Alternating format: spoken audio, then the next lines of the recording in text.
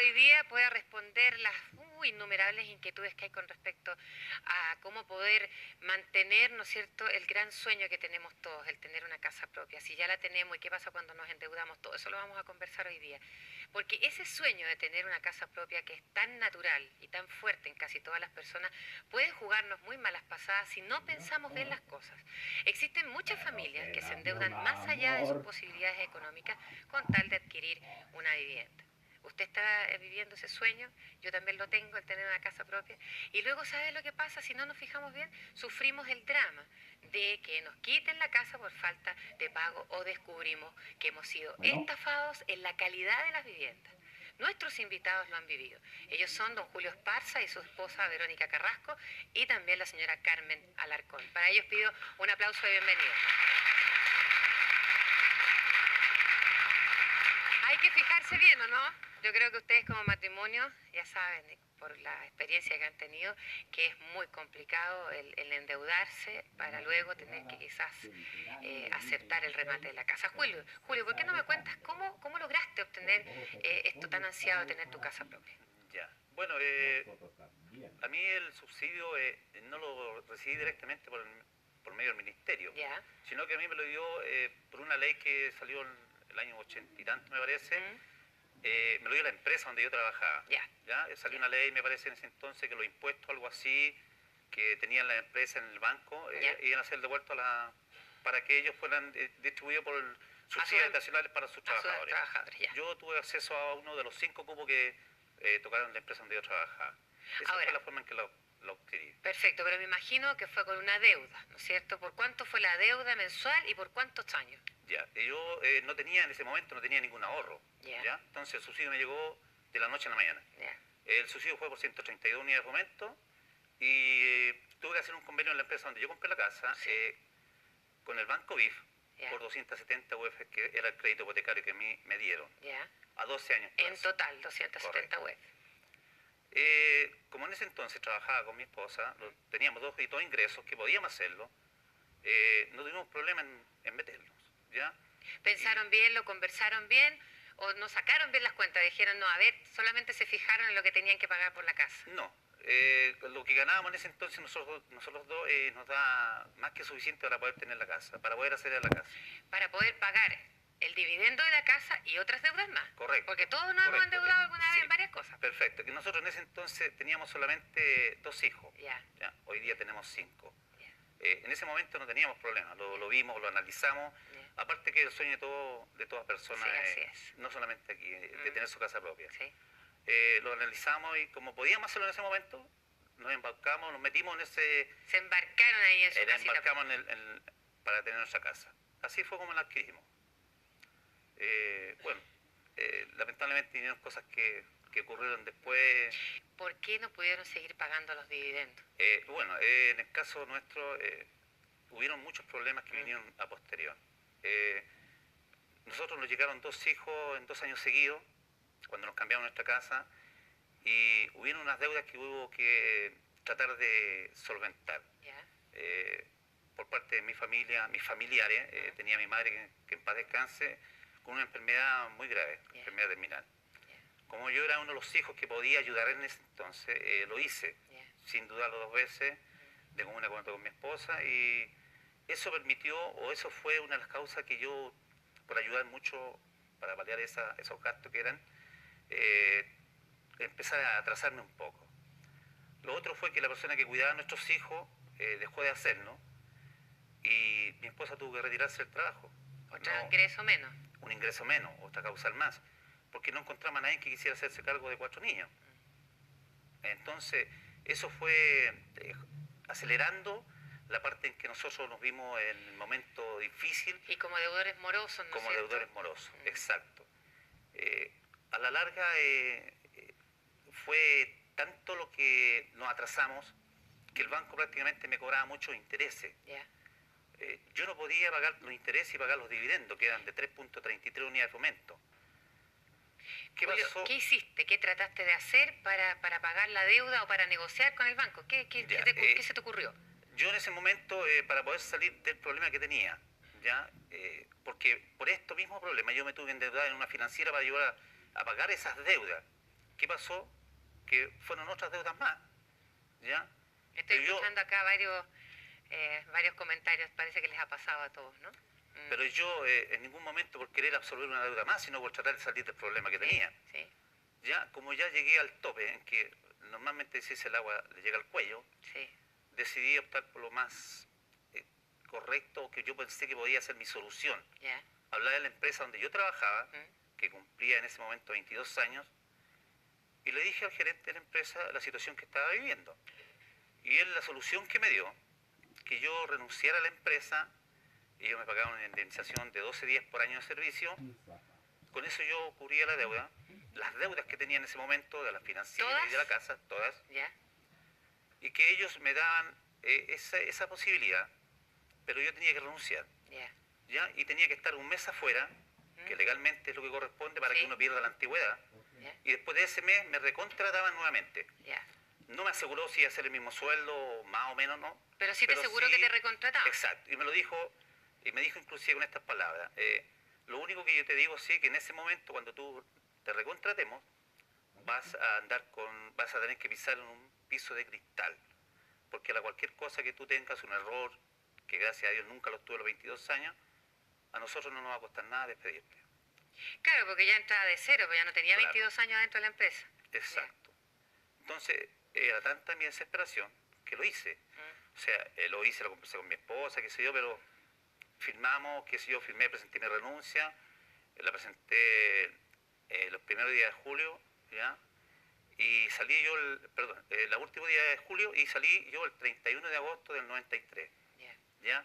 A mí me pagaron la indemnización el día 3 de septiembre del mismo año, y yo cancelé todas mis deudas entre el 3 y el 6 de septiembre. A fines de septiembre me mandaron a buscar, y para avisarme, no solamente que en esa oportunidad el gerente no dio su cara, sino que me atendió el jefe personal, que era el jefe directo mío, y me dijo que lamentablemente no me podían volver a recibir. O sea, te dejaron en la calle. Exacto. Ahora, Julio, aparte del golpe de saber que no tenías trabajo, que es algo que yo he aprendido acá en este programa, que le afecta tanto a un hombre, a un jefe de hogar, ¿no es cierto?, un padre de familia. Independiente, ¿cómo te enteraste que tu casa había salido a remate? Esto fue el año 93, yo pagué en esa oportunidad. A mí en octubre del 93 me llegó un aviso del banco en que mi propiedad iba a ser rematada. Y tú dijiste, pero si yo pagué todo lo que adeudaba. Yo fui al banco nuevamente, hablé con el funcionario que era el que me atendía, le expliqué, le dije, ¿por qué me haya llegado eso? Me dijo él en esa oportunidad, me explicó, es que esto es algo que se hace, qué sé yo, de un mes para otro. Usted tiene que hacer caso omiso de eso, me dijo, que eso ya está solucionado. Cuando yo cancelé, le dije yo que trataran de darle el aviso a los abogados demandantes, que eran en las manos de quien estaba el remate de mi propiedad. Me dijeron que no había ningún problema. Cuando yo pagué, le expliqué en el banco lo que yo había tenido que hacer para poder pagar mi deuda. Entonces ellos me dijeron que no había ningún problema, que apenas yo encontrara trabajo nuevamente, ya, fuera y me pusiera al día, porque obviamente a lo mejor me iba a volver a atrasar, como así ocurrió. Tuve 3 meses sin trabajo. Entonces, ¿qué pasó? Después entré a trabajar, y donde entré a trabajar era muy poco lo que ganaba. Entonces me alcanzaba única y exclusivamente para subsistir. ¿Ya? No para pagar el dividendo. No para pagar el dividendo. Y mucho menos que en ese entonces ya se me habían acumulado varios meses más. Yo le dije si podía repastar mi deuda, porque era la única alternativa que tenía. O sea, me dieron dos alternativas: pagar lo que yo debía hasta ese momento ya que me había atrasado, o repastar la deuda. ¿Sabes qué, Julio? Antes que sigamos conversando, yo quisiera compartir contigo, con la gente que está aquí en el estudio y con usted que está en su casa, imágenes de la casa de Julio. La casa que salió a remate. Quiero mostrarse.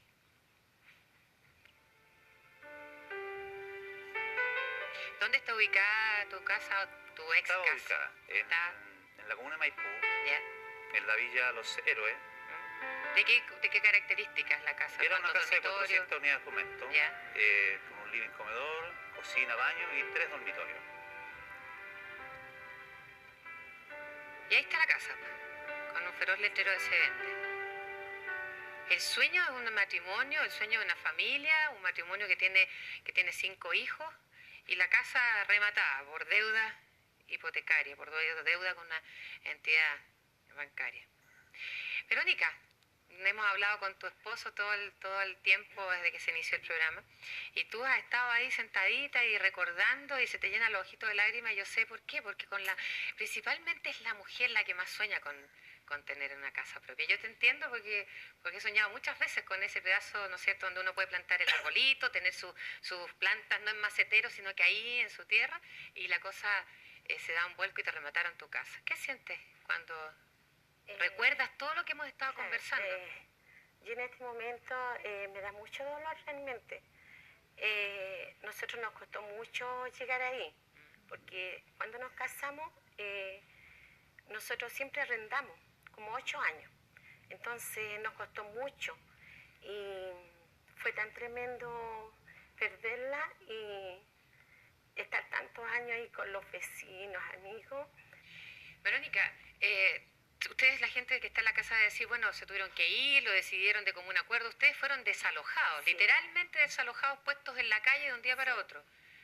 ¿A ustedes recibieron un aviso de desalojo? ¿El banco les dijo si ustedes no salen de esa casa? Bien, nosotros pasó esto, el día viernes 8, fue un funcionario de la municipalidad a decirme a la hora de almuerzo que había una notificación de desalojo. Entonces yo me asusté, llamé al papá al tiro. Después este joven muy amable en la tarde volvió a ir a la casa y me dijo que se había enterado que era para el día lunes. Entonces ahí fue tremendo. El papá llegó a la casa, yo le conté lo que había sucedido y él fue el día sábado carabinero a ver si era verdad que había esa notificación para echarnos. Entonces le dijeron que tenía que volver el día domingo. Fue el día domingo y el funcionario le dijo que sí había una notificación, pero no tenía fecha ni hora. Que eso, si lo hacían, era algo ilegal. Y sí que fueron el día lunes. Yo solamente alcancé a lavarle las manos a los niños, levantarlos y mandarlos a otra casa. Mis hijos son 5. Entonces, fue tremendo porque uno que le ha costado tanto y estábamos tan acostumbrados ahí que en menos de media hora ya estaba todo desmantelado. ¿Con tus cosas en la calle? Todo en la calle. Carmen, ¿cómo lograste tú tu casa propia? Bueno, yo con mi esposo hicimos los trámites, fue de una empresa constructora particular con subsidio también. Yeah. Pero ¿también subsidio, digamos, con entidades bancarias? Sí, yeah. Pero lo mío es más trágico porque en mi casa a los 10 días se me empezó a caer. Y yo fui a reclamar a la empresa y la empresa me dijo de que era por el mal uso que le estaba dando. ¿Por el mal uso que tú le estabas dando? Sí. Ah, ya, o sea que a ti se te está cayendo una muralla y es porque tú le pegabas con un combo. Claro, y en ese entonces yo fui a hablar con Guillermo Pizarro, que era en ese momento de la empresa, y me dio, eran 15 días que eran de garantía para reclamar. Yo fui en ese lapso a reclamar y fuera y me la parcharon. Y a los 10 días se me volvió a caer todo el parche que tenía puesto.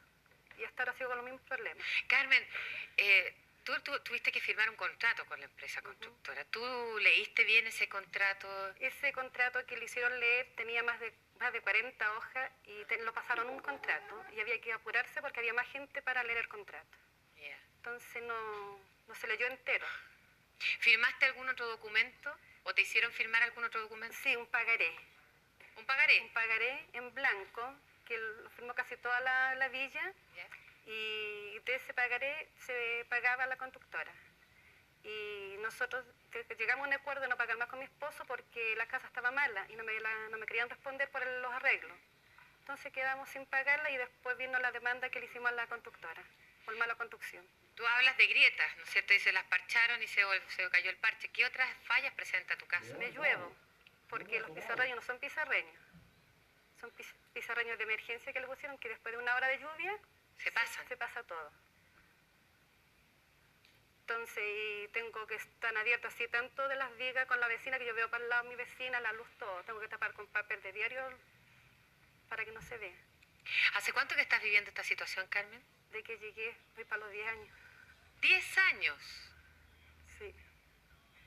¿Perder la casa o vivir en una casa que uno va a colgar un cuadro y se mete en la casa al lado? ¿Cuál es drama mayor. Yo creo que los dos andan por ahí. Se calcula que entre 1982 y 1990 unas 10.000 familias chilenas han perdido sus casas por no poder pagarlas. Además de quedar literalmente en la calle, estas familias siguen cargando parte de la deuda de una casa que ya no pueden habitar. Vamos a hacer una pausa comercial y luego vamos a conversar con Fernando Guerra, director del Servio Metropolitano, y con la arquitecta Margarita Green, experta en estos temas. Ya volvemos. Cuéntame tu historia.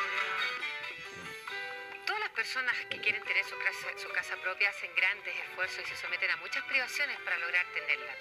Por eso es muy duro perder la vivienda por no poder pagar los dividendos o verse estafado al recibir una casa que presenta serios problemas de construcción. Cuando el hogar se convierte en un drama, toda la familia se altera. Surgen conflictos familiares y se enfrenta el futuro con harto temor. Los niños no entienden lo que pasa, hay problemas de pareja, hay una suerte de sentirse realmente estafado. Y de sentirse además como que uno está cometiendo un error tan grande en querer ser dueño de su casa propia. Yo le decía que de vuelta de comerciales íbamos a conversar con dos personas que saben del tema y que nos pueden clarificar varias dudas. La arquitecta Margarita Green. Margarita, tú has escuchado, yo creo que tanto Julio como Carmen y su señora representan muy bien a dos grupos grandes de personas, aquellos que pierden la casa por deuda y aquellos que están metidos en una casa que está muy mal construida. En el caso de Carmen, ¿a quién puede recurrir ella si durante 10 años ha tratado de que alguien le escuche para arreglar su casa o para que alguien le responda? Bueno, ahí yo creo que le tenemos una buena noticia. A ver. Me parece que fue el año pasado que se creó recién un servicio de calidad de la vivienda, que es donde participa el MIMBU y la Cámara Chilena de la Construcción, con los colegios profesionales, arquitectos, ingenieros y constructores. Y tengo entendido que ellos están prestando una asesoría judicial para estos casos. ¿Conocías de eso? Sí, pero no... ¿Qué pasó? A ver, ¿cuál es la experiencia que has tenido? O sea, ¿conocías de esta instancia? Bueno, Magali sabe más de eso porque ya ha estado en esto, pero no le han dado ninguna ayuda tampoco en ese sentido, en nada. ¿Cómo? ¿No hay? A ver, Fernando Guerra, director del Servio. Yo creo que lo importante en este caso es poder precisar cuál es el mecanismo para establecer una demanda contra la empresa constructora. Yo creo que esa es la asesoría, ¿no es cierto?, que puede proveerle este servicio. ¿Ya? Y darle el derrotero para que ellos puedan, ¿no es cierto?, acceder a esta instancia de carácter judicial. ¿Existe todavía la constructora? No. Ah, ¿desaparecieron? Desapareció. ¿Y quién se hace responsable entonces? Nadie. Y ante una situación así, Margarita o Fernando, ¿qué hace? Aparte de asesorarse, digamos, privadamente con un abogado que entabla una demanda judicial, no veo ya más alternativa que esa, y era una demanda judicial. O sea que es realmente una estafa. ¿Ah? Ahora, literalmente y legalmente es una estafa, porque la persona además desapareció. Si ahora, no puede... no, pero se supone que la responsabilidad legal del representante legal sigue. O sea, la empresa puede haber desaparecido, pero el representante legal es una persona con nombre y apellido, y ese tiene que estar en alguna parte responder judicialmente.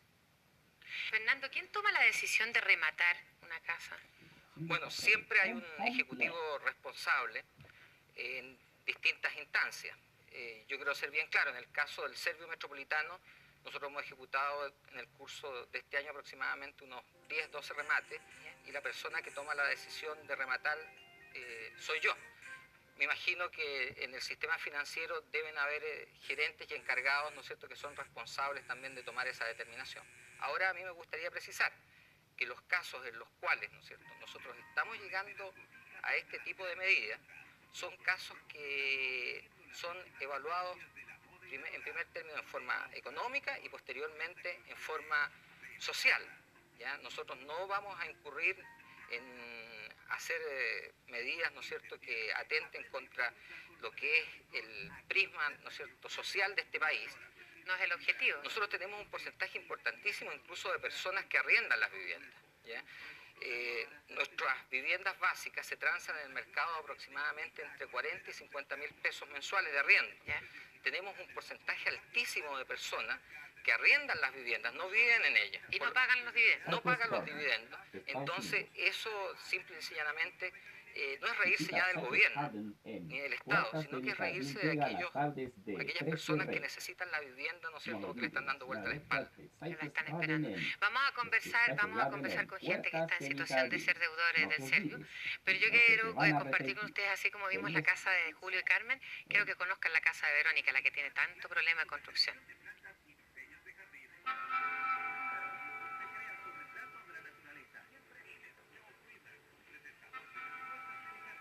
Bueno, ahí está tu casa, Verónica. Ven, yo le estoy cambiando el nombre, Carmen. Ahí tenemos los problemas graves que tú mencionabas, de grietas, de la separación y de la... Me imagino que esto te ha afectado a ti y a toda la familia, o sea, ahora con este invierno al cual hemos sido sometidos, principalmente los habitantes de este país tan crudo, ¿no? Este invierno, me imagino que has tenido graves problemas. Sí, porque la situación que se me da interviento por todos lados en mi casa, sí, es el problema más grave que yo tengo. Ahora, los niños, ¿qué pasa con los niños? ¿Tú que tienes niños de qué edad? El mayor tiene 17 y el menor 15. Cuando dos lolos de esa edad se pueden poner a conversar con la mamá, ¿qué te plantean? Te dicen, mamá, vámonos de esta casa, o qué. No, bueno, y lo toman a la chacuana, me dice que compré una casa desechable. Claro, los lolos... Así me dicen ellos. Me imagino que deben estar siempre temerosos de que pueda venirse abajo esa casa. Sí, cualquier remesón, una muralla. arrancan al tiro a los niños, un temblor, cualquier cosa, porque en cualquier momento se empieza a caer, pues hay mucho viento, se empieza a caer. ¿Hay alguien que esté en la situación de nuestra amiga? ¿Sí? A ver. ¿Tú estás dentro de la misma villa de ella? ¿Por qué no te pones de pie? Cuéntame, ¿tu nombre? Magali Cordero. Mira, lo que pasa es que nosotros, en general, todas las casas tienen el mismo problema que ustedes vieron en esa película. ¿Ya? Yo diría que en este rato alrededor del 70% tiene ese tipo de grietas y una grieta de vertical que cruza la casa desde el piso hasta el techo. Esa grieta tiene en promedio desde milímetros hasta 2 y 3 centímetros. ¿Ya? Y eso no sucede solamente en la casa de Carmen, sucede en la casa de todos. ¿Ya? Todos los que compramos en la Villa Los Sauces tenemos el mismo problema. ¿Ya? No tenemos tapacanes que impidan que las palomas se metan entre la cubierta de emergencia y el Isla Pol. ¿Ya? No contamos, por ejemplo, con algo tan mínimo como es una canaleta, ¿ya? Para que baje el agua. ¿Ya? De casi 6 metros de altura, el agua cuando llueve golpea, ¿cierto?, en la muralla y se mete por abajo de la puerta. ¿Te das cuenta? Además de eso, no sé, tenemos un problema de alcantarillado bastante serio. Por ejemplo, cada 8 casas, ya, entre comillas, hay una cámara de varillaje.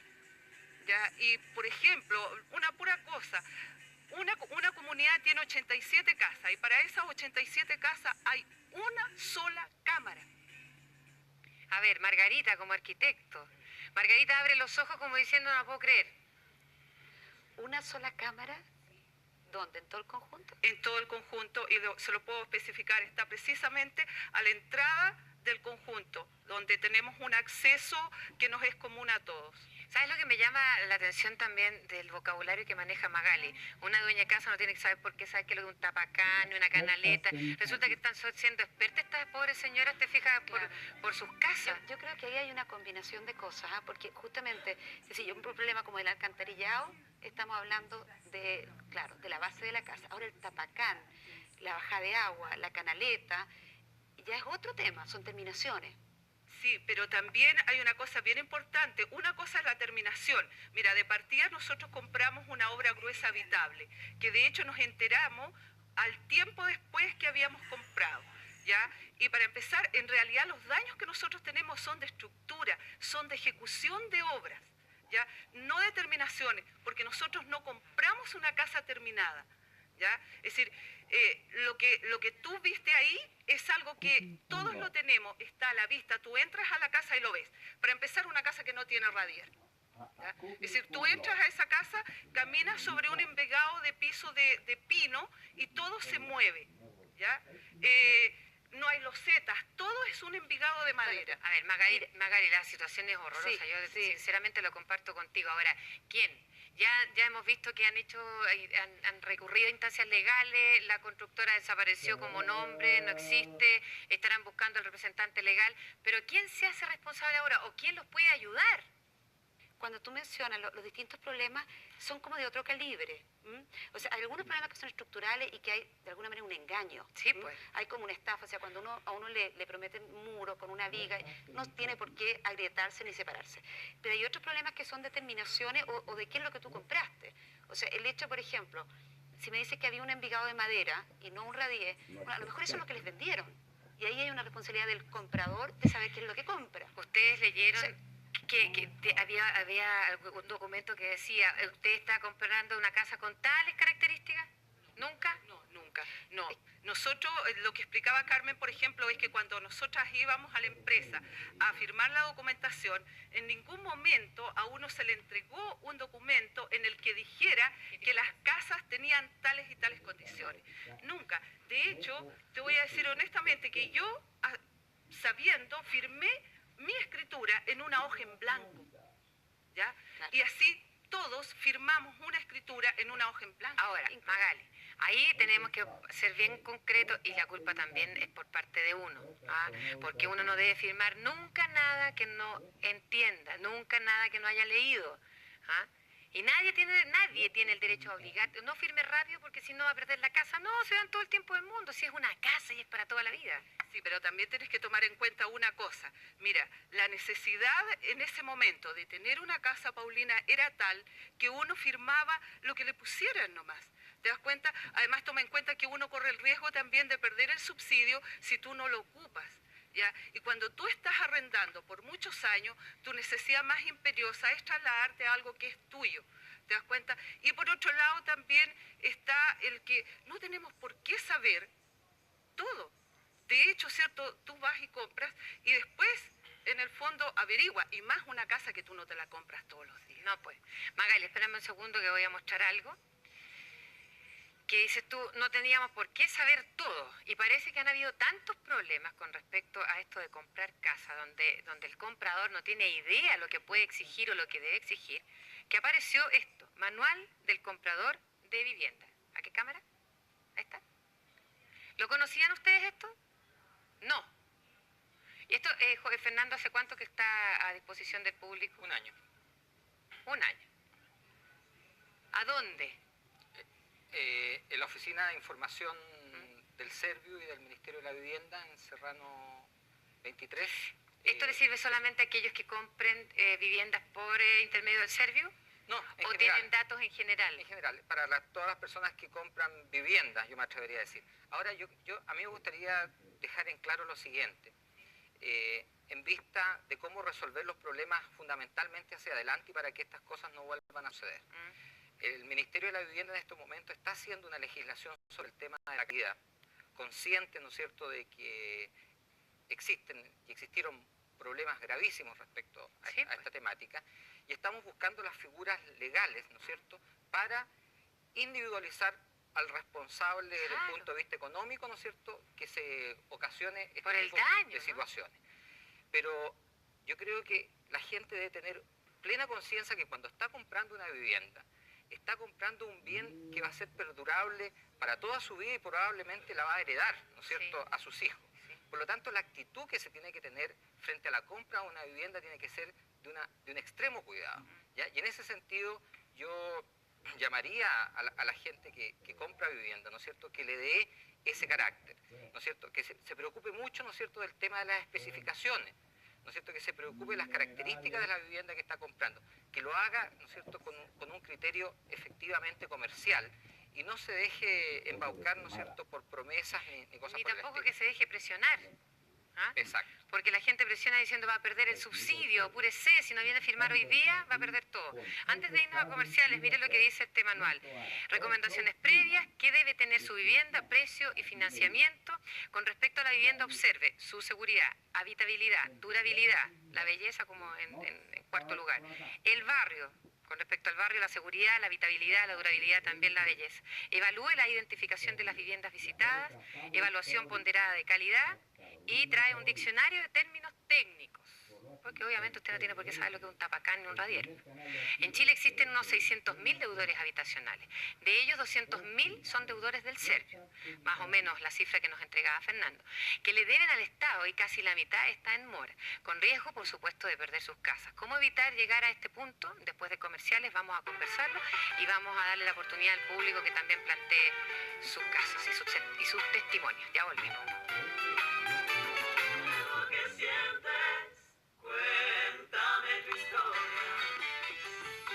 Hay tantas y tantas preguntas. Mire, la imagen de una casa. El sueño de la casa propia es una decisión, que tenemos que pensar tanto, es tan importante para no cometer ningún error. Está con nosotros Fernando Larena, Francisco Larena, abogado de la Confederación de Deudores Hipotecarios. Francisco, ¿por qué no te pones de pie?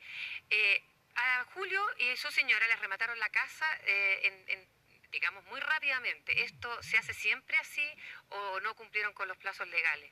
El procedimiento ejecutivo especial hipotecario es muy rápido. Una vez que se presenta el requerimiento y se le notifica, son 5 días para poner excepciones y las excepciones son pagar normalmente o prescripción y otra cosa más. Y en 10 días ya sale el decreto remate. O sea, así de simple. Así de rápido. Ahora, en muchos casos esto está viciado, ¿no? Normalmente hemos comprobado que los receptores no notifican en la forma que deben hacerlo. ¿Cómo notifican? Debería ser personalmente o por cédula por el artículo 44, que quiere decir que deben dejar una copia pegada en la puerta de la casa. Normalmente la tiran o no la tiran, ellos son ministros de fe. O sea, es su palabra contra la palabra del deudor. Entonces, si él dice una cosa, se tiene que creer en su palabra. Pero hemos comprobado por gente que incluso ha dicho que no ha estado y se ha podido comprar que no estaba en esa hora, que ha dicho fue una persona adulta la que me abrió, y no hay persona adulta ahora, no había nadie. Entonces demuestra que los receptores, lo que pasa es que hay una máquina que se dedica a rematar casas en Chile, ¿ya? Las casas salen muy baratas. Entonces ahí es donde se ve que los bancos tampoco hacen negocio, porque las casas salen rematadas a la mitad de precio, entonces ¿dónde está el negocio para el banco? Salen a muy corto plazo, la gente queda sin casa y el banco no obtiene la plata. O sea, realmente son empresas que se dedican a rematar casas, salvo casos muy particulares de personas que realmente van a un remate y compran la casa y van a vivir en esa. Gracias, Francisco. Vamos a seguir conversando. Julio, ¿en qué situación están ustedes ahora? ¿Dónde se fueron a vivir luego de haber sido desalojados de su casa?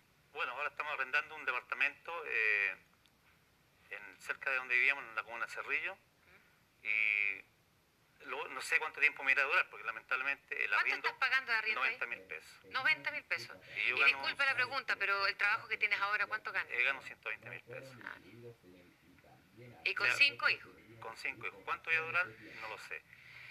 Hemos salido adelante porque del remate de la propiedad me quedó un excedente, fueron 590.000 pesos, que me costó como más de un mes y medio para que el juzgado me lo pudiera devolver.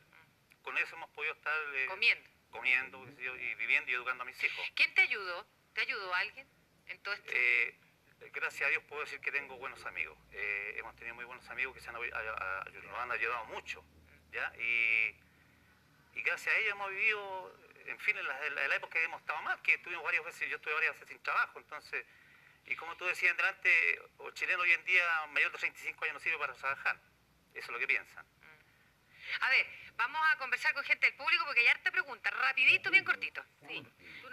Mi nombre es Elizabeth Orrego, soy de una población que tiene 4 años en la comuna Espejo.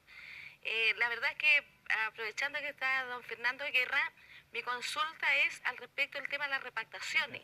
De acuerdo a las últimas políticas que él ha mencionado a través de la prensa, no hay ninguna posibilidad de repactar.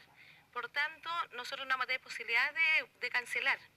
¿Hay entonces alguna alternativa distinta que usted en este minuto nos pueda presentar a nosotros para poder, porque queremos pagar, pero a lo menos no podemos pagar lo que se nos pide, sino que buscar otro mecanismo distinto?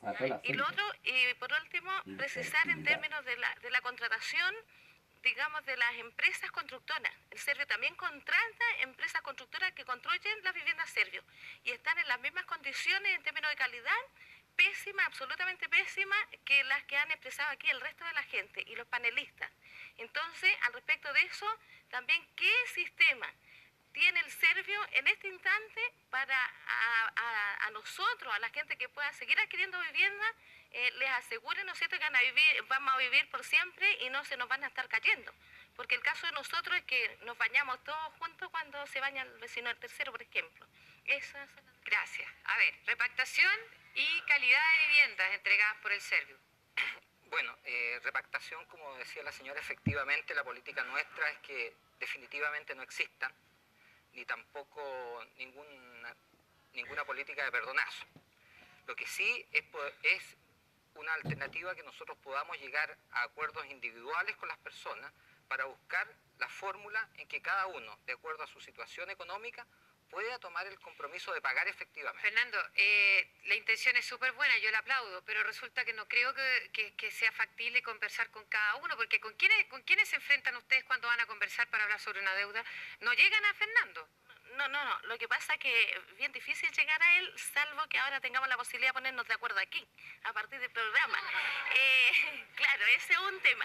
Pero lo otro es que yo creo que lo fundamental es que cada población tiene su organización. Y por tanto, yo creo que si don Fernando, a través de la organización llamada Junta de Vecinos, la población puede hacerlo, perfecto. Conversamos todo el tema y particularizar. Por ahí se podría hacer, ¿eh? Bueno, nosotros tenemos toda la intención de poder conversar con cada uno de los comités, ¿no es cierto? Y poder tratar el tema de la forma de pagar. Dígame, a ver. Yo soy secretario de la Unión Comunal Puente Alto. Al señor director de Servium le solicito. Le subió al tiro de cargo, ministro le puso. Sí, de todos modos, para allá. Que las uniones comunales están dispuestas a cooperar con Servium. Pero le puedo decirle que en nuestra comuna, Puente Alto, tenemos un 40% de cesantía. Tenemos un 20% de jubilados que están ganando 6.800 pesos mensuales. Entonces, no estamos defendiendo nosotros cosas que no valen, son cosas verídicas. Al señor ministro le llevamos nosotros la boleta de pago de mucha gente, donde eran 40 boletas que ganaban menos de 6.000 pesos. A ver, Fernando, ¿existe alguna posibilidad de que, bueno, tú dijiste, caso por caso se puede conversar, pero ¿cómo? ¿Cómo llegar a la instancia que te escuchen? Mira, Paulina, nosotros acabamos incluso de hacer un nuevo contrato con la empresa recaudadora Inverca, en el cual se están alterando las relaciones contractuales que teníamos con ella.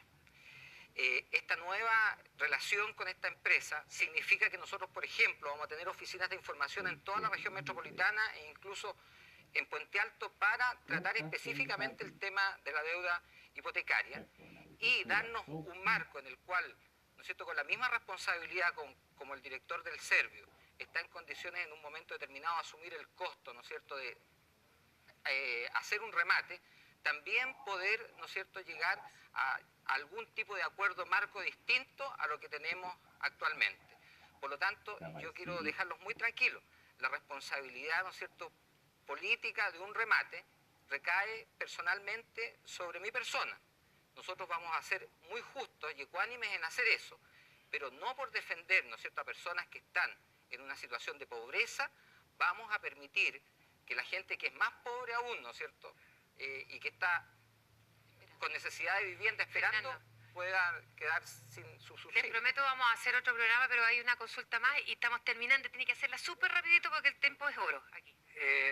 A don Fernando le pregunto que ¿por qué nosotros seguimos en la situación que él la conoce sumamente, que es grave?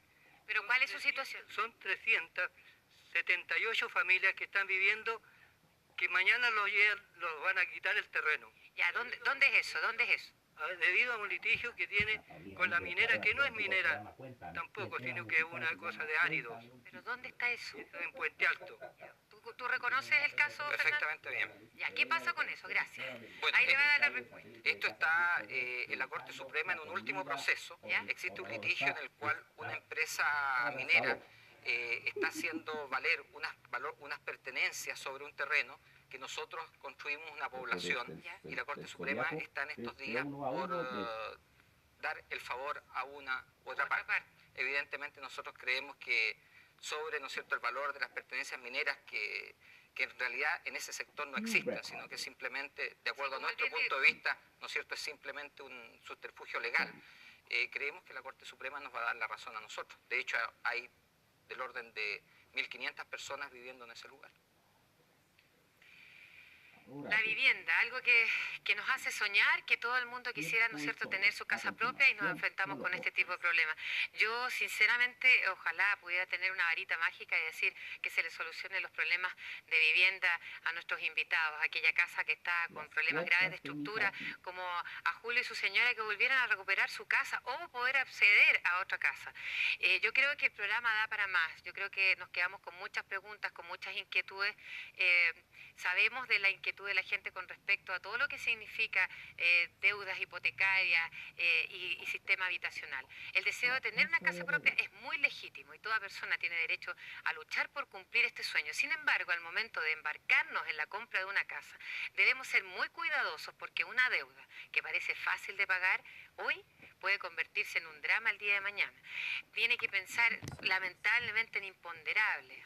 Siempre es preferible tener el máximo de ahorro y endeudarse por el menor dinero posible antes de adquirir una deuda habitacional grande. Tenemos un fono ayuda, el 687-3302, que corresponde a la Confederación de Deudores Habitacionales. 687-3302.